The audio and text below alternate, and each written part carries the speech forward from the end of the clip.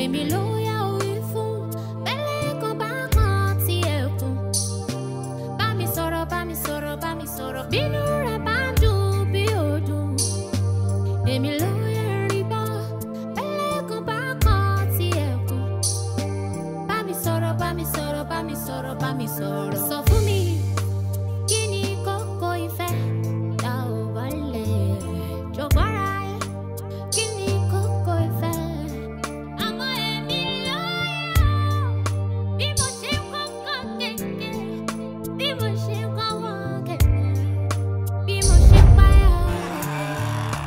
Hello. Ara nǹkan tẹ̀ ń tà. Báyìí tó ṣe jẹ́ pé hospital ló ti pè mí tí ọmọ tó wà lọ́dọ̀ yín ò lè pè mí. Ó ti lọ. Mo ti ní kó máa lọ. Nígbà wo nìyẹn? Kí ló ṣẹlẹ̀? Why tẹ́ ṣe lè lọ? Wo Dípò. Ṣé ìwọ mọ̀ pé ọmọ burúkú làwọn ọmọ tó wà ń tà sí? Ṣé ó máa wùn ẹ́ kán pa mí? Ó fẹ́ kán pa mí? Ṣọ́wọ́ nìkan ló máa kọ́kọ́ wà short sighted ni. Kí ló ṣẹlẹ̀? What's the meaning of that? Kí ni ìtumọ̀ pé ṣáwọn nìkan ló máa kọ́kọ́ wà short sighted? Kò sọ pé. That's an inconsiderate thing to say. Hey, àwọn ọmọ mi dé o. Ṣé ṣe bí ọkùnrin ṣí géètì yìí. Ẹ kúrin o. Orí mi ṣe gbẹjà wọlé mo ti dáná. Ẹja máa lọ́dún lé. Wọ́n ti wà lọ́dọ̀ wa ń sìn. Ó máa ti lé oṣù kan. Èdè gbà wọ́n láàyè. Kí ni mo fẹ́ ṣe? Ẹ lè ṣe mẹ́wàá. Don't even tell me that. Kí ló mean by I need more time? Idris, when we were coming from Atlanta, ó sọ pé a fẹ́ wá spend 2 weeks, right? Adebi by. Ó di 1 month. Then ó sọ fún mi pé we need more time. Ó change ticket wa, mi ò sọ̀rọ̀. Ó di 2 months. Now it's been 3 months. And then you're telling me you need more time. Ó dàbí ẹni pé tí ń dùn àbí. Tó bá jẹ́ bẹ́ẹ̀ ó jẹ́ sọ fún wa ká mogun tó máa lò. Mama, mo béèrè lọ́wọ́ yín kí n tó ṣe oúnjẹ yìí. Mo ní ṣe máa jẹ rice àbí máa jẹ wà. Ẹ̀yin náà lè sọ pé mọ́ínmọ́ín lẹ fẹ́. Mo rẹwà sómi, mo bó, mo lọ. Mo wá ṣe tó ń ṣe ní pé ẹ̀jẹ̀. Èyà. Ẹ̀yin ṣe ló bá mú paper àti pen kó bẹ̀rẹ̀ sí máa kọ processes fún mi. Ń gbọ́ òun bínú pé ọkọ ẹ̀ wá sí Nàìjíríà.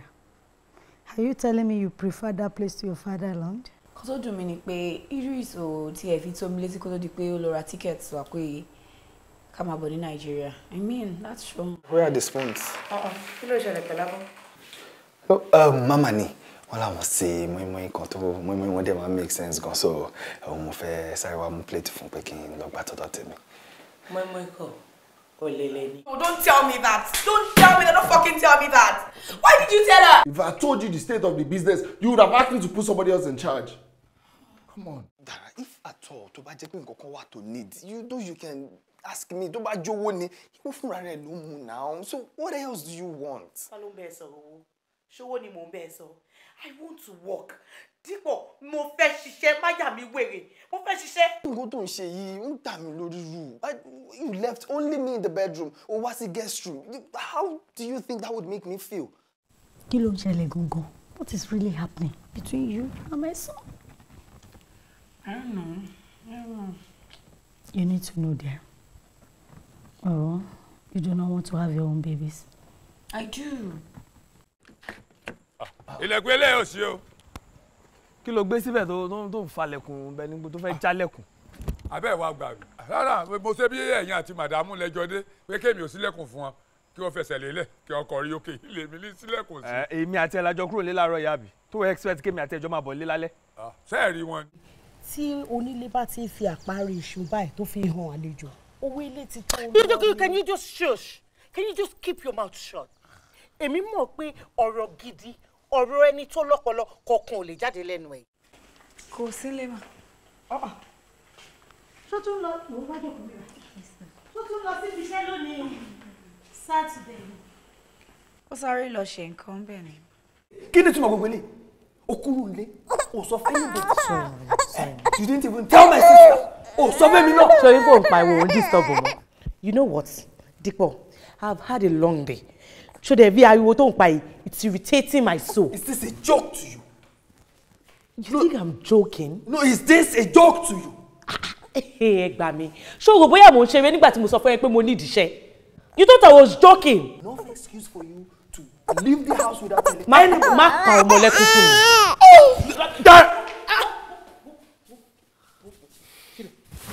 Ìwọ ní orí láyà. Ó fún ọmọbìnrin mi lóyún. Ṣé gbogbo rédíò tó fẹ́ máa fojú mi rédíò tó fi ní kí n máa bọ̀ ní Nàìjíríà? Right? Kí ni nǹkan tó ń sọ yìí? Because mi ò understand nǹkan tó ń sọ. Ta ni mo fún lóyún? Ta ni màmá ẹ gbé wá sílé mi lọ́sàn-án yìí? Ṣé kìí ṣe gẹ́rọ̀ tó wà ní reception yẹn? Oyin. Kò bá jádùn, kò bá jẹ́ yọ̀. You think I give a fuck? Ọkọ ẹ̀dá, ṣé wàá ti ẹ̀kọ́ lè dìjọ́ ń bọ̀ yìí? Hello, mo ń bẹ sọ̀rọ̀ náà, kí ló ṣẹlẹ̀? Níbo ló ń gbẹ́rù lọ? Ọkọ ẹ̀dá. I don't know, Mom. What do you mean you don't know? Níbo ni Idris wà? Hi. I'm really so sorry. I'm so sorry, How you baby. doing? I'm good. What kept you so long? Mommy ti enjoy the Latin. Jẹ́ pariwo mo jábọ̀ fún dáàdi yìí wípé kó má àwọn ọmọ travel out. Ó ti dàkátà mọ́ mi lọ́wọ́ sí. And by the way, your home is wherever you want it to be. And mine is in Atlanta.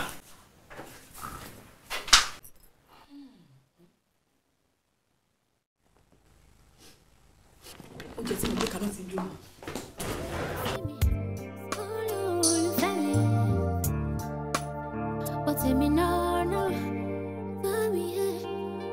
Oh, my finger. Gosh. My God. Oh, shit. Yeah, true. Better. Yeah. Sorry. Sorry. Better. The fact that you're eating all that without complaining. Kò sẹ́ni tó máa ṣàánú ọmọ olúwa ẹ̀ náà tó bá jó oúnjẹ níná. I mean, I'm so used to this. This has always been you. Come on, why are you I throwing mean, jobs at me? it's you that will always watch telenovelas and forget food on the fire and get it burnt. That's not true. That's not true. That's not true, man. Don't worry. My bad, Jebe. I mean, I'm laughing when we come on the cook well. Yeah. But on the contrary, this is actually tasty. About your tea, Thank you.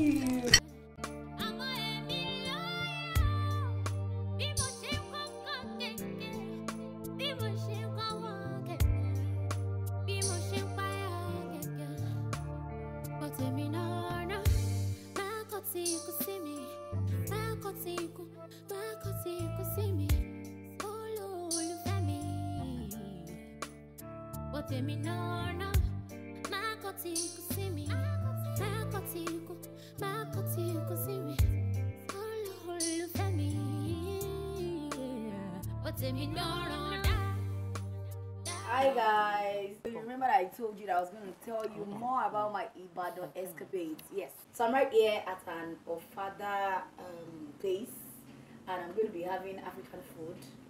I'm going to be having palm wine. Here it is.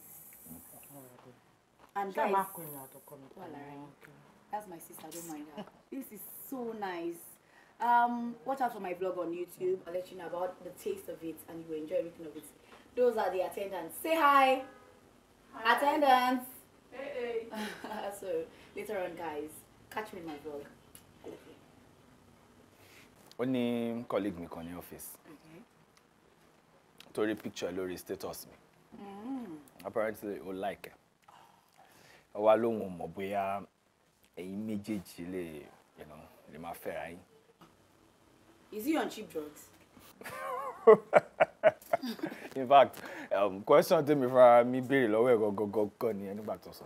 Cause ó yẹ kó mọ̀ pé ilé ọkọ ni mo wà now. I told him, but ó ní kí ló wá ṣe ń bàdàn nígbà tó bá mọ̀ pé wà ilé ọkọ ẹ̀. Is he fucking crazy? At the same time, it's still your fault. Oh, now I see what you're doing. Ẹ ti join wọn àbí? Ẹ̀yin náà fẹ́ máa gbèjà Idris. No. I wouldn't do that. See, ọbẹ̀ gọmọ lọ́wọ́. Ọmọ sọ̀bẹ̀ nù. Just say ọbẹ̀ ò ti ṣe nǹkan tó fẹ́ ṣe ni. Bro, see, I don't fucking care about any knife. No disrespect intended. But Idris disrespects me now. He impregnated another woman. No, I won't take that form of disrespect from him. He did not. Then he's sleeping with her. Yeah. Moradi. See. Wait. So you're also cheating on my sister, right? You are. No. No way. No. See, all I'm saying is that I don't like what is going on between you and Idris. I mean, like in Lánre. Okay, no one is perfect. And that's what marriage does. It blends out your imperfections. Amen to that. Èmi ò fẹ́ kí ẹ̀yin méjèèjì gba èṣù láàrin yín. Okay? See, shit happens. And when the shit happens and you know you love your partner, all you have to do is just flush the shit down the toilet. Hey. Ọ̀gbẹ́ni Dípò, calm down. Shit. I'm sorry, okay? You know we love you, baby. But not as much as Idris. And Jesus Christ. I'm telling you. So it's a beautiful friendship. Right. To success. Right. To love amongst I want us. Romeo. Yes. Salute. Right. No, but honestly, I miss you, man. I want to come and say ilé labo simoko. Indeed, ilé labo simoko. And I can't wait to return fully. I was going to say that, but you're going to come back. Of course, I will. This woman right here has been a support system. Mo fẹ́ dúpẹ́ lọ́wọ́ ẹ gan. Fún gbogbo akitiyan ẹ lórí mommy mi. Now that mommy is fine, I can't wait to be back here fully. Like return here fully and really have fun.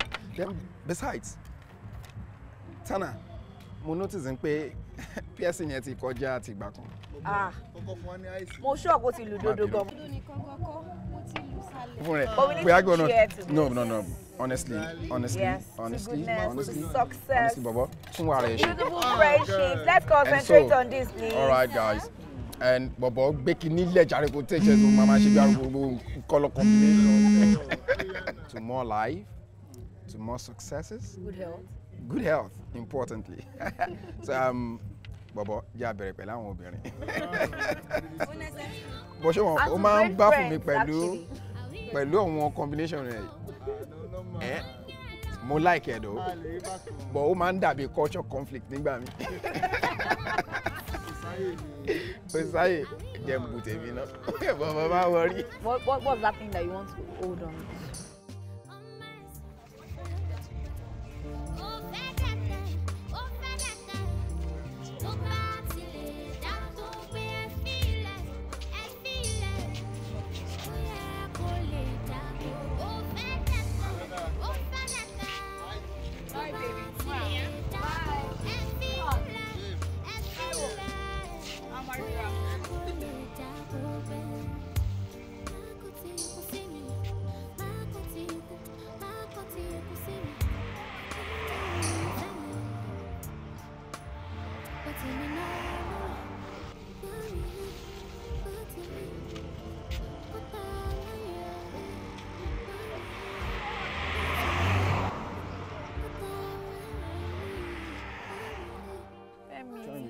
Will you stop that? Up in, babe. Come on, I don't want to stress you. Okay, o fẹ́ kí n bẹ́ ṣí lẹ́kùn, màá bẹ́ ṣí. Kò sí wàhálà. Wàhálà ẹ̀ pọ̀.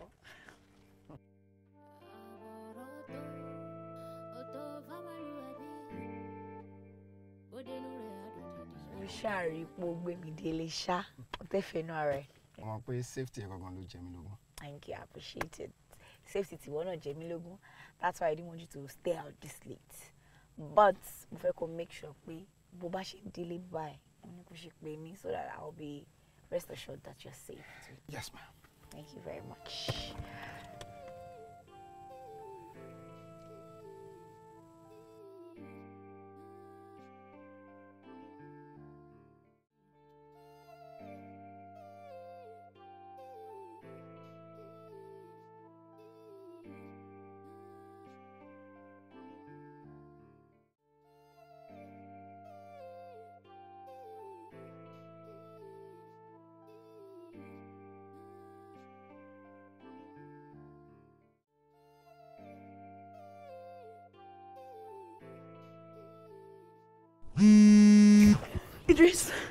Idris. Come on, this is Femi. Stop it. Stop, wait.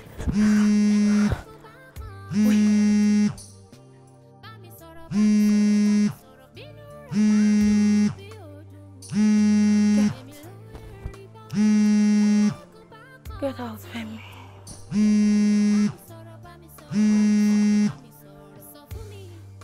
Femi, get out. I said get out! Get out! Please, please. Please, go, please, go. Go! Femi, go! Femi, leave.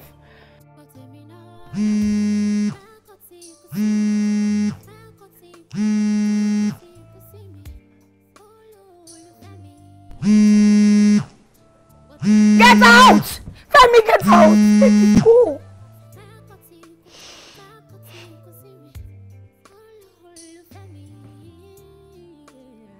Get out! Get out! Get your things and get out of my house. Get out!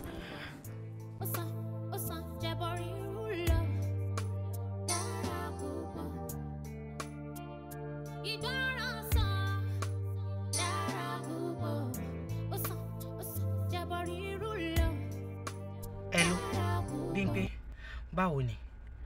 Ṣọ́dọ̀ ẹni Múradé wà? Oh, ọ̀dọ̀ ẹni. Oh, very good. Okay. Má jẹ́ kó mọ̀ pé mò ń bọ̀ o. Mò ń bọ̀ lọ́dọ̀ ẹ̀. Okay, ìwọ náà wàá tó jáde. Kò sí wàhálà. Màá tó débẹ̀ yẹn sìn. Má jẹ́ kó mọ̀ pé mò ń bọ̀ bí mo ṣe sọ. Okay, ó ṣé dẹ̀. Múradé. Sis, I messed up. Dara, I messed up. Kí ló ṣe? Mo ti pè é sí i 15 times. Mo ń pè ó pick up. What's wrong? I slept with him. What? Whoa. Not like I really did, but we almost... What? Nǹkan tí mò ń try láti sọ fún ẹ nìyẹn. Ọ̀dọ̀ wa ni Idris wà látànà. Mo fẹ́ mú wá àmọ́ ìgbà tó ní pé kí n. Babe, no. I didn't sleep with anybody. I'm sorry. Just take me home. I miss you, please. Please just take me home with you. I want to be with you. Please. I'm sorry. I miss you. Hello? Mr. Ma, kí ló ṣẹlẹ̀, kí ló dé? Ṣó fẹ́ dalé àbúrò mi wí ni, kí ló ṣẹlẹ̀? Jẹ́ kí n sọ fún ẹ, let this be the last time tó máa pe nọ́mbà ẹ̀. Kí ló dé? And I'm blocking you right away. I know nothing about lady's pregnancy. Just take me, Idris. I love you and I miss you so much.